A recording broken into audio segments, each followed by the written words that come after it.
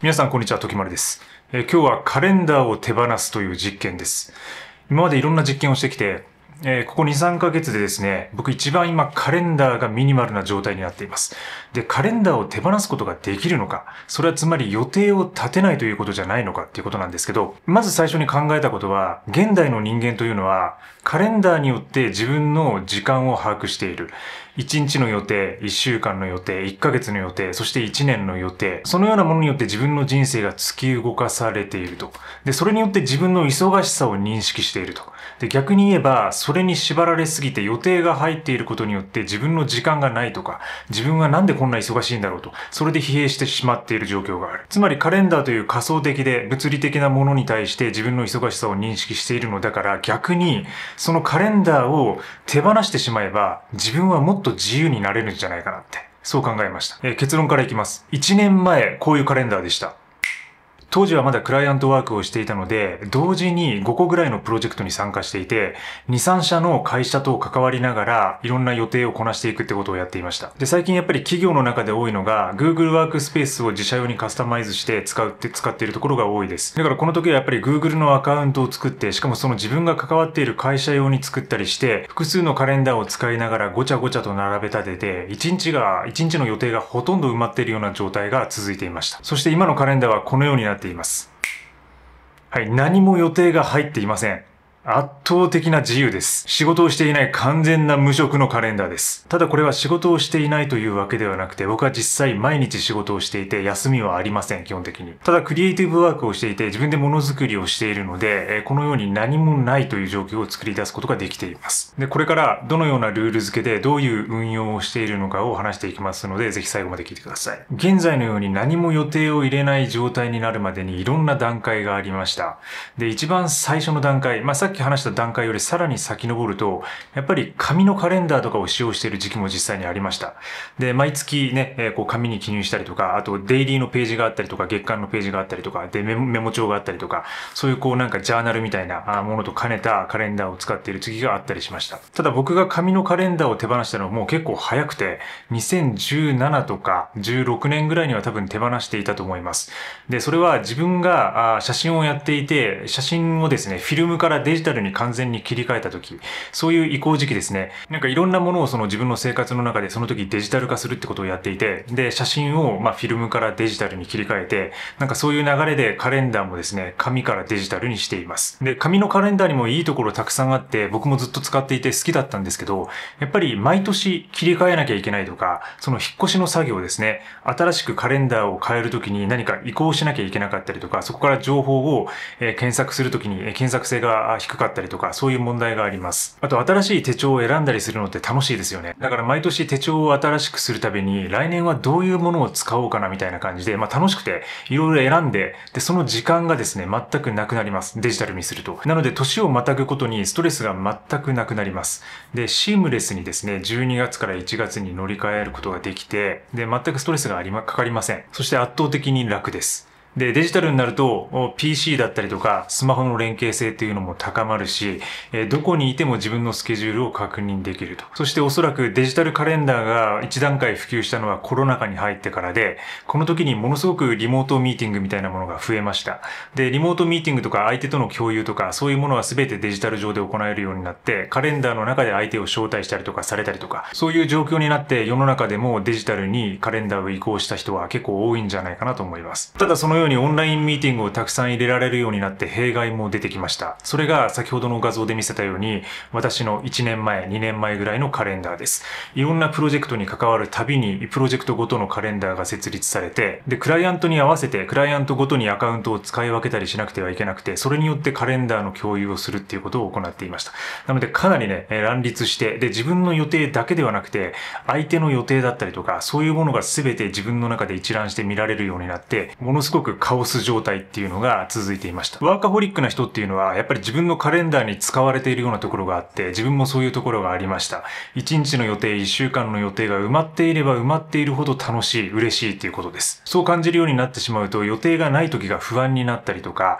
もう毎日通知を来て、じゃあ次はどこに移動して、次はどこに行って誰と会ってみたいなところを続けていく。それが最初は自分が仕事をしている感じになっていると思って楽しいんですけど、次第に疲弊してきます。そししてカレンダーに予定を動かされていると自分でものづくりをする、自分のクリエイティブをするということが全くできないような状況になります。そういうことに気づいてからミニマリズムを用いてもっとカレンダーをミニマル化できないかとか、そういうところを考えていくようになりました。で、その複数のプロジェクトを同時に動かす時のカレンダーの使い方に関しては、過去にノートとか自分のメンバーシップで書いていたりします。ただ今回はそこからもう一段上がったエクストリームミニマルなフェーズです。複数のプロジェクトや企業と関わりながら、たくさんのカレンダーを動かしていくっていうフェーズがだんだん終わってきたのは、僕がクライアントワークを手放し始めてからです。で、クライアントワークを手放して自分の制作に集中するっていう方向性をここ2、3年取ってきたんですけど、それに合わせてクライアントのアカウントとかプロジェクトのカレンダーっていうのは一つずつですね、ゆっくり排除していきました。で、現在はようやく自分のアカウントだけで、それも一つのカレンダーだけで全てを管理するようにしています。これがまずミニマル化のポイントですね。で、これは結構やっぱ仕事をしている人とか会社を勤めている人は結構難しいと思います、実際。ただその中でも試行錯誤できることは多分いっぱいあると思っていて、僕が常々心がけているのは一つのカレンダーで全てを行うってことです。で、これは例えばプライベート用とか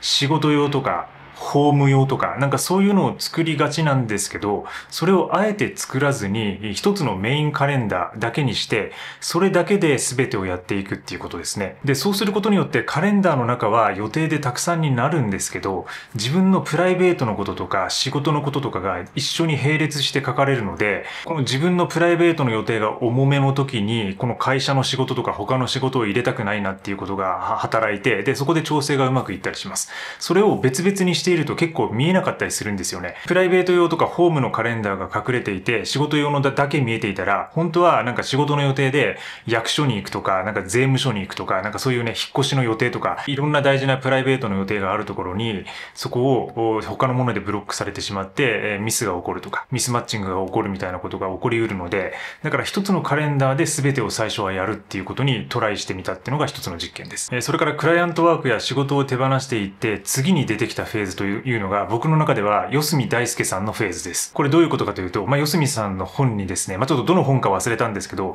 書かれていて、その時の方法論をちょっと真似してやってみたことがしばらく続いています。で、それは仕事の予定だけではなくて、個人のタスクだったりとか、トゥードゥみたいなもの、そういうものも全てカレンダーに記入してしまうっていうことです。で、大きなポイントは睡眠ですね。この睡眠時間までもそれに記入するんですよ。だから自分は、夜9時半ぐらいから寝て、で、5時に起きるみたいなものをもうスリープっていうブロックで、そこでブロックして、で、その後起きてからヨガの練習時間を1時間のブロックで取って、で、その後ディープワークのルーティンを3時間、執筆の時間を3時間で取ってみたいな感じで、で、その後 YouTube の収録みたいな感じで、1日に自分がやることを全てブロックして、で、繰り返しの設定で入れてしまうっていうことです。これが四隅式というか、僕の中で四隅式ってちょっと呼ばせていただいてるんですけど、そういう方法ですね。で、これは自分のルーティンを習慣化させることにものすごく役に立ちました。基本的にスケジュールに一度入れてしまうと、その通りに動いていこうという意識が働くので、で、リマインダーなんかを設定しているとより効果的で、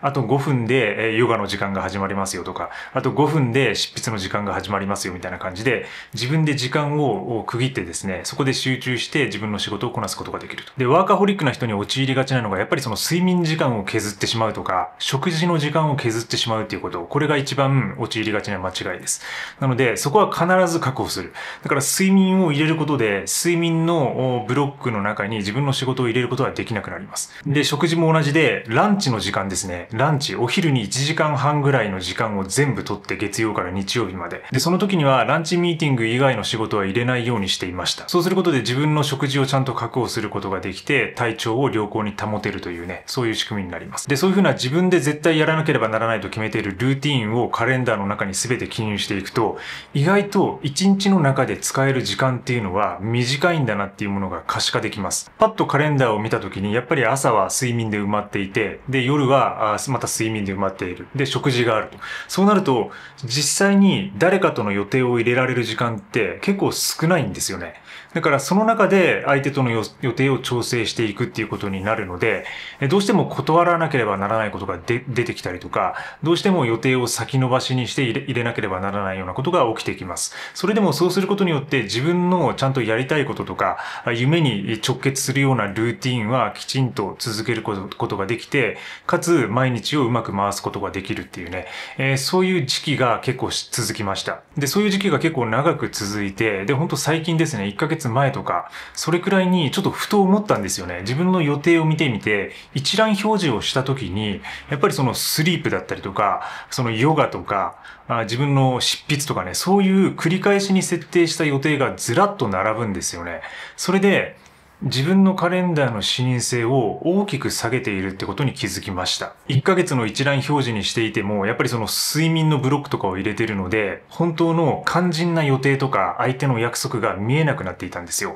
だからこの状態っていうのは結構ミニマルじゃないなっていうことが一つ気づきです。で、それと同時に僕は結構いろんなとこに移動しながら仕事をしているので、週の中でも東京の別の場所に宿泊したりとか、あとはプロジェクトで長野とか名古屋とかそういうとこに定期的に行ったりして動いたりしています。だから運動に関しても、この日はランニングとか、この日はヨガ、そしてこの日は筋トレみたいな感じで曜日に分けて結構細かく設定していたんですけど、それがやっぱりどうしても移動しているとできないという状況が発生していることに気づきました。自分で予定を入れていて、で、その予定をこなせなかった時に結構悔しいんですよね。で、後悔みたいなもの。で、ちょっとしたストレスみたいな。で、自分ができなかったみたいな。なんかそう自分を責めるみたいな感じが出てきて、なんかそういう気持ちも嫌だなっていうふうに思うようになっていました。それと同時に、運動を毎日するっていうことはもう完全に自分の中で習慣化しているので、土曜日か日曜日、週に1日ぐらいは完全な休息を取るようにしてるんですけど、それ以外は必ず何か運動します。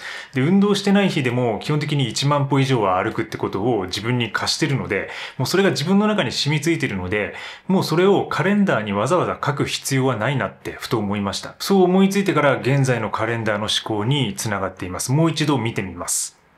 睡眠のブロックだったりとか、ヨガとか執筆のブロックをすべて外しました。そうすると1週間の予定が丸々綺麗に空いて、何もない空白が現れたんです。そうなった瞬間に圧倒的な自由を感じたんですよね。全く自分の生活は変わっていません。だけど、そのカレンダーが空白になって空いただけで、自分の人生にものすごく余裕があるような感じをその時に感じました。それは僕が暮らしているこのホワイトボックス、何もないホワイトボックスを思い出させて、で、ホワイトカレンダーみたいなイメージですね。だから、ホワイトスペースがカレンダーの中に現れたっていうような感じです。で、これは気持ちいいなと思って、で、こうなったら、相手との予定とか重要な予定を見逃すこともありません。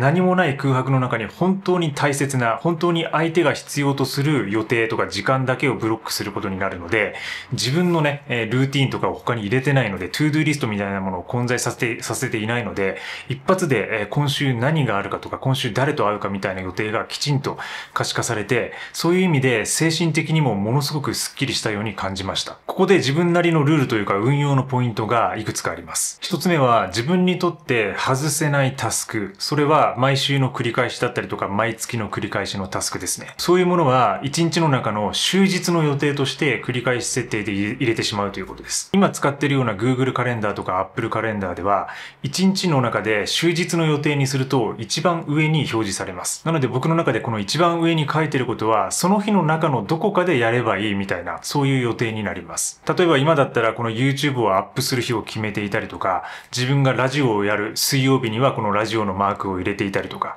で、この絵文字で入れてるっていうのもポイントですね。文字で入れていない。アイコンで入れることによって表示がミニマルになって、本当の予定と自分のタスクみたいなものが区別化されます。そのような自分の繰り返しの重要タスクだったりとか、一日の中でやればいいことは終日の予定として上に入れる。で、一方で、相手がいる予定、相手を必要とする予定と、あと移動が伴うもの、外部のサービスだったり公共の交通機関みたいなものが関わるものに関してもちゃんとした時間のブロックで入れます。主に決めているルールはもうこれだけですね。だから自分のタスクみたいなものは終日、そして相手を必要とする予定に関しては日時の中で入れる。もうそれだけでもう一目で可視化できて、で、自分の必要な予定っていうのはもうその時間の中に入っているので、1週間の週間ビューみたいなものにしてみれば、今週は何日にこれがあるみたいなものが可視化できて、かつ自分がやることは上に並んでいるみたいな、そういう状態になります。はい、そんな感じで管理をしています。